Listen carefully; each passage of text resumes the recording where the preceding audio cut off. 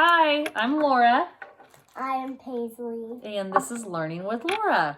So we are here to show you how to play a cool game called Bump It, originally made by Kim Sutton, who's a math guru. And so today we're going to show you how to play. And then on my website, we have all different versions of the game, depending on how old your child is and what their abilities are. So all the resources are online. I'm going to link you up to that as well. This is Reese. Can you say hi? Hi. We're going to be using some different tools today, but I'm also going to show you if you don't have the tools or if you don't want to buy them, which I'll make available online. If you don't want to buy them, that's fine. There's lots of other different things that you can use with your kids. The first thing I'm going to say is when you start a new game or a new activity with your kid, you always want to bring it down a level lower than what they know, because the game is new to them. So you don't want to make the game new and the content new. So if they're just learning multiplication, don't start with the multiplication level. Come down a level, do some addition, do some subtraction with the game, get them comfortable with the game, and then ramp it up to multiplication. So, like, if they're tired of one game, you can move to the next level. You got it. If you want. Okay. All right. So, Paisley, you want to show them the board game? Yeah. Okay, so this is Bump It. I would recommend the very first level, especially for kindergartners, pre-kindergarten, even first grade, is to start with the number picture one. Paisley has used this one a lot, and so today she asked if she can try a level up, which is sums. So that's the one she's going to do today.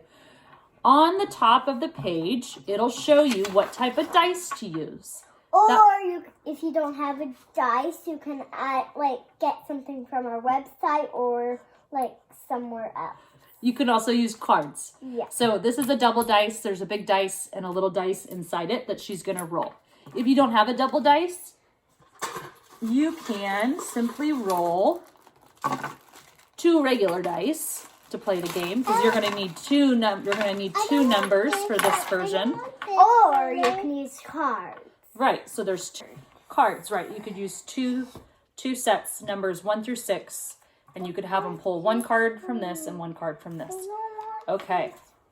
All right, which one are you going to play with, Reese? Or you can just, take 2 cards from one pile, right?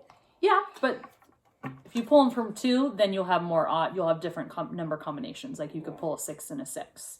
That's why you're going to use 2 sets. So whatever you use, 2 dice, a double dice, cards. If you don't have anything, you can use sticky notes to make your own cards and put them in a hat and pull them out, pull out your numbers. And here we go. All right, go ahead, Paige, roll the dice.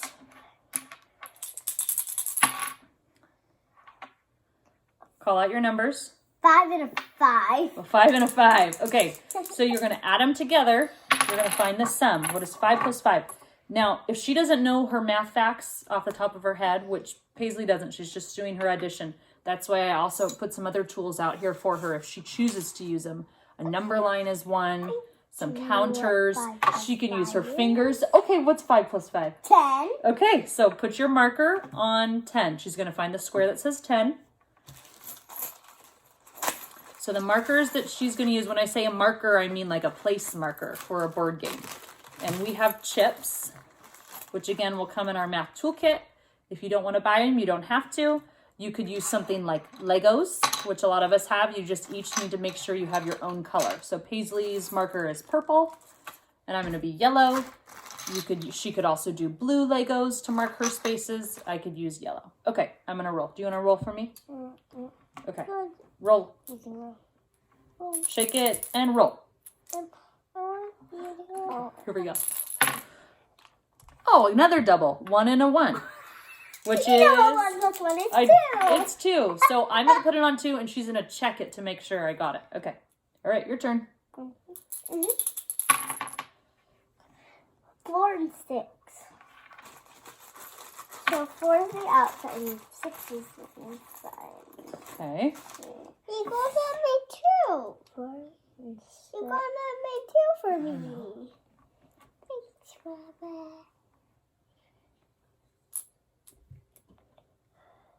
10. Okay.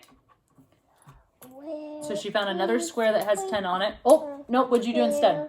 So if you want to do 2, and somebody else gets 10 and there's not another 10 on the board, you can they can take one off like this, but then they can't take the other one off. So Okay. it's like it's locked, but not really locked. All right. So let's show them what the game board looks like now. Leslie got a 10 and she decided instead of putting it here, she's going to put it here for some protection, right? Okay, my turn. Let's see, I got a 1 and a 6. Got 7. Paige, can you check it? Is that right? Hey. Yep. Okay, roll the next one. Different, we've been playing for a while now. So I'm going to roll and I'm going to show you what happens next. Okay, so I rolled and I got a 9. So I can either put it on here and protect my other 9, my yellow piece, or I can come over and I could bump Paisley off, that's why it's called Bump It, and put it here on 9.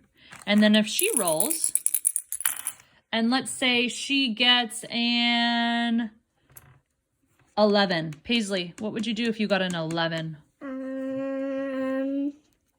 What would be your choices? Look if mommy has an 11, or find another 11. Okay, so put it down. Find an 11. I already got an 11, so and you see there's another 11 right here. I am just gonna do like this. For some protection, right? So if I roll 11 next, or if it's my turn, I can only bump off 1. I don't even get to put a chip down. Or you can put it on. Or I can put it here. Then as we continue to play, let's say Paisley rolls a 10. Where would you put yours? I already have a protection here. If I wanted to lock it up so nobody could get it, I would do 3. Right. So if there's 3 on there, then it's locked. That means she can't get bumped. She owns the square. How do you win the game? You play as long as you want. You can play until whoever, you have a time limit. You could play for 10 minutes. You could play for 5 minutes. You could play until every square has at least 1 chip. Whenever you decide the game is done, you count out your chips to see how many are on the board or how many squares you have. And that's how you play Bump It.